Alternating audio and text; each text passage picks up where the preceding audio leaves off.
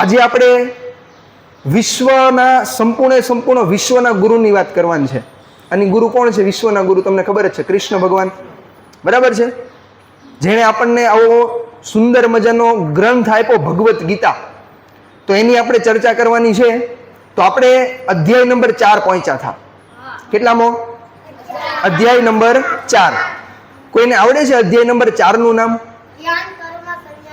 જ્ઞાન કર્મ સંન્યાસ યોગ. એનું બીજું પણ નામ છે, જ્ઞાન કર્મ સંન્યાસ. બીજું નામ કોણ આવડે છે? બીજું નામ સાંભળજો. કર્મ બ્રહ્મા પર્ણ યોગ.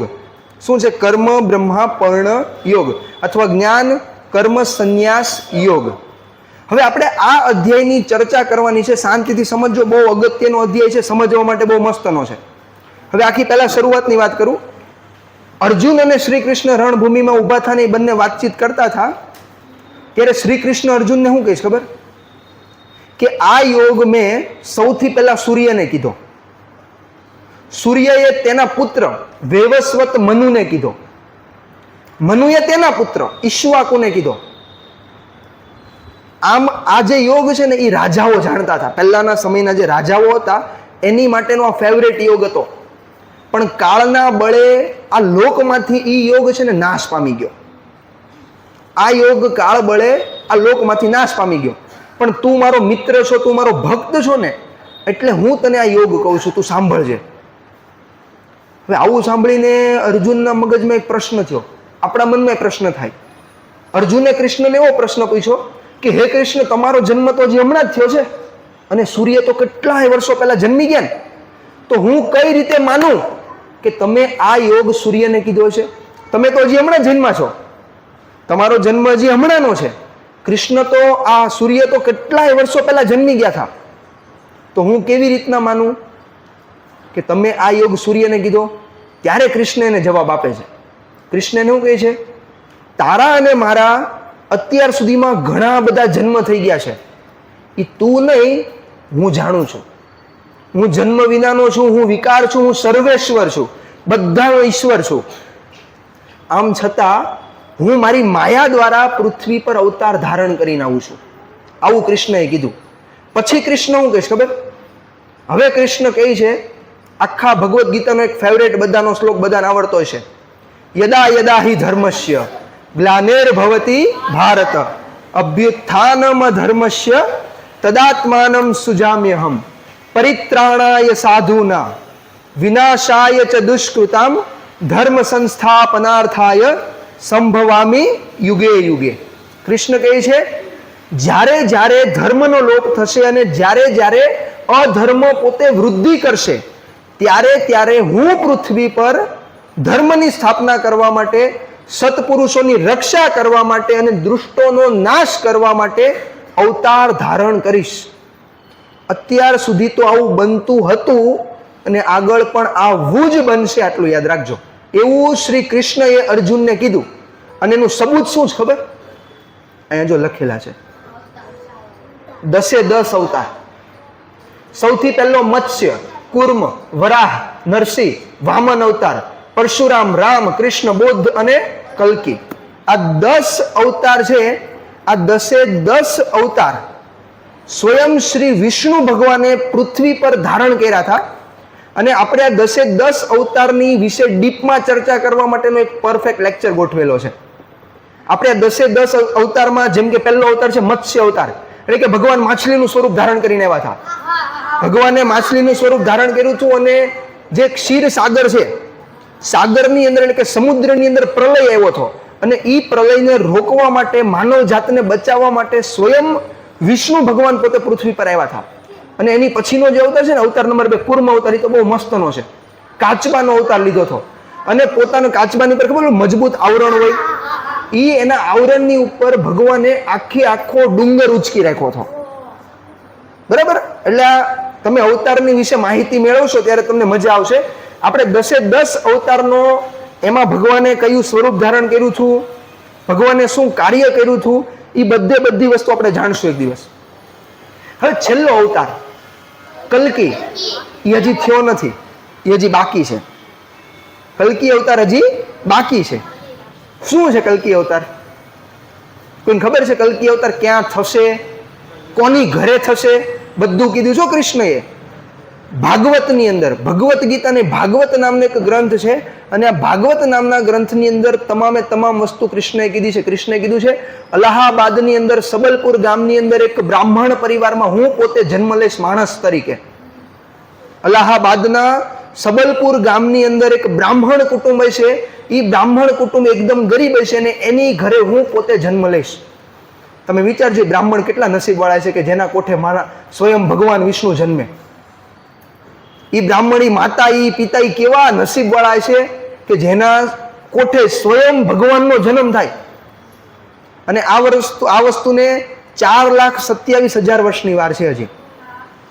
બરાબર છે? એટલે તમે બધી જે 2025માં પૃથ્વીનો નાશ થઈ જાય, ફલાણું ઢીકણું, કાંઈ નથી થવાનું. એ ફાકા જ છે, ખાલી હવામાં ઉડતા ઉડતા જ આવે છે, બીજું એમાં કાંઈ થવાનું નથી. જે સત્ય છે એ લખેલું છે ને એને જાણવાનું છે. તો તમે એકવાર વિચારો, આ યુદ્ધ જે થશે ને, જે યુદ્ધ થવાનું છે, સ્વયં કલ્કી, ભગવાન કલ્કી અને કલી નામનો રાક્ષસ, એની વચ્ચે જે યુદ્ધ થવાનું છે, એ યુદ્ધ કેટલું ભયાનક હશે તમને ખબર છે? એવું કીધું છે ભાગવતની અંદર કે આ યુદ્ધ છે ને ખાલી એકલા કૃષ્ણ નહીં લડી શકે, એકલા કલ્કી નહીં લડી શકે, આની સાથે બીજા 7 જણાને પૃથ્વી પર આવવું પડશે લડવા. અને 7 જણા પૃથ્વી પર છે, 7 અમર વ્યક્તિ, જેમ કે હનુમાન દાદા, બરાબર છે, વિભીષણજી, કૃપાચાર્ય, પરશુરામ, આ જેટલા પણ છે ને 7 એ 7 લોકો પૃથ્વી પર છે. અને જ્યારે યુદ્ધ થશે ને, તો યુદ્ધ દરમિયાન કલ્કી ભગવાનની એ સહાય કરશે યુદ્ધ લડવા માટે. એટલે વિચારો કે કલી નામનો જે રાક્ષસ છે, કલી નામનો રાક્ષસ કેટલો ખતરનાક હશે કે એકલા વિષ્ણુથી હારી ન શકે. એને હરાવવા માટે બીજા 7 વ્યક્તિની જરૂર પડશે. સમજ પડે છે? પછી કૃષ્ણ શું કહે છે અધ્યાય નંબર 4માં? હવે કૃષ્ણ કહે છે કે મારા જન્મને જે જાણે છે ને, એ મૃત્યુ પછી મોક્ષને પ્રાપ્ત કરે છે, પુનર્જન્મ નથી થતો એનો. પણ આ સંસાર કેવો છે ખબર? આ સંસારને માત્ર ને માત્ર પોતાના કર્મની અંદર રુચિ છે, પોતાના કર્મની અંદર રચ્યો પચ્યો રહે છે. કારણ શું? કારણ કે કર્મ જે છે ને એની સાથે આપણું બંધન તરત થઈ જાય, લાગણી તરત જોડાઈ જાય, માયા તરત જાગી જાય. પણ જે જ્ઞાન સૌથી મોટું છે વિશ્વમાં જ્ઞાન, બરાબર, એ જે જ્ઞાન છે ને એની પ્રાપ્તિ નથી થતી. કારણ કે જ્ઞાનની પ્રાપ્તિ છે ને કઠિન છે, મુશ્કેલ છે. મોક્ષ માટેનું જ્ઞાન મેળવવું અઘરું છે, અને એનું પાલન કરવું તો એનાથી અઘરું છે. પણ કર્મ, મોહમાયા તરત થઈ જાય છે. એટલે કોઈ પણ વ્યક્તિ મારા જન્મના સિદ્ધાંતને સમજી જ નથી શક્યો, મારા શું કર્મ છે એને કોઈ દિવસ કોઈ સમજી જ નથી શક્યું. જે સમજી ગયો એનું તારણ થઈ ગયું. હવે તમને ખબર છે આજના આ દેશની અંદર વિવાદ થાય, દરેક જગ્યા પર વિવાદ ચાલે છે. એનું કારણ શું છે વિવાદ થવાનું? જાતિવાદ. સરસ. જે જાતિવાદ છે ને એ વિવાદનું મૂળ કારણ છે. પણ તમે આખા વિશ્વમાં જેટલા પણ ગ્રંથ છે ને હિન્દુના, એ કોઈ પણ ગ્રંથ ઉઠાવીને જોઈ લેજો, કોઈ દિવસ એની અંદર છે ને જાતિવાદનું વર્ણન નથી કર્યું. ભગવાન શ્રી કૃષ્ણએ પોતે સ્વયં ભગવત ગીતાની અંદર અધ્યાય નંબર 4ની અંદર વર્ણ વ્યવસ્થા ગોઠવેલી છે. અને વર્ણ વ્યવસ્થા, શાંતિથી સાંભળજો, બહુ મસ્ત ટોપિક છે. એણે વર્ણ વ્યવસ્થા ગોઠવી. અને વર્ણ વ્યવસ્થા વ્યક્તિના જન્મ પર નહીં, વ્યક્તિના કર્મ પર આધાર રાખે છે. વ્યક્તિ કેવું કર્મ કરે એની ઉપર આખી વર્ણ વ્યવસ્થા ધ્યાનમાં છે. ઓય અહીંયા જો, આમ તેમ ફાફા નથી મારવાના, અહીંયા ધ્યાન રાખજો. ક્યાં ધ્યાન બધાનું? અહીંયા. એટલે વર્ણ વ્યવસ્થા જે છે ને, વર્ણ વ્યવસ્થા એ વ્યક્તિના જન્મ પર નહીં, વ્યક્તિના કર્મ પર આધાર રાખે છે. હવે ભગવાને 4 પ્રકારની વર્ણ વ્યવસ્થા ગોઠવી. પહેલા બ્રાહ્મણ, ક્ષત્રિય, વૈશ્ય અને શુદ્ર. હવે આને સમજવું હોય ને તો ભગવાનનું તે ઉદાહરણ લઈએ આપણે, કૃષ્ણ ભગવાનનું. હવે કૃષ્ણ ભગવાન જ્યારે ગોકુળની અંદર ગાયો ચરાવતા એના પપ્પાની સાથે, ત્યારે વૈશ્ય કહેવાયા. હવે એ જ કૃષ્ણ મથુરામાં ગયા અને કંસનો વધ કરી નાખ્યો, ત્યારે ક્ષત્રિય કહેવાયા. એણે કર્મ શું કર્યું? કંસને મારવાનું. એટલે એના કર્મને આધારે એ ક્ષત્રિય કહેવાયા.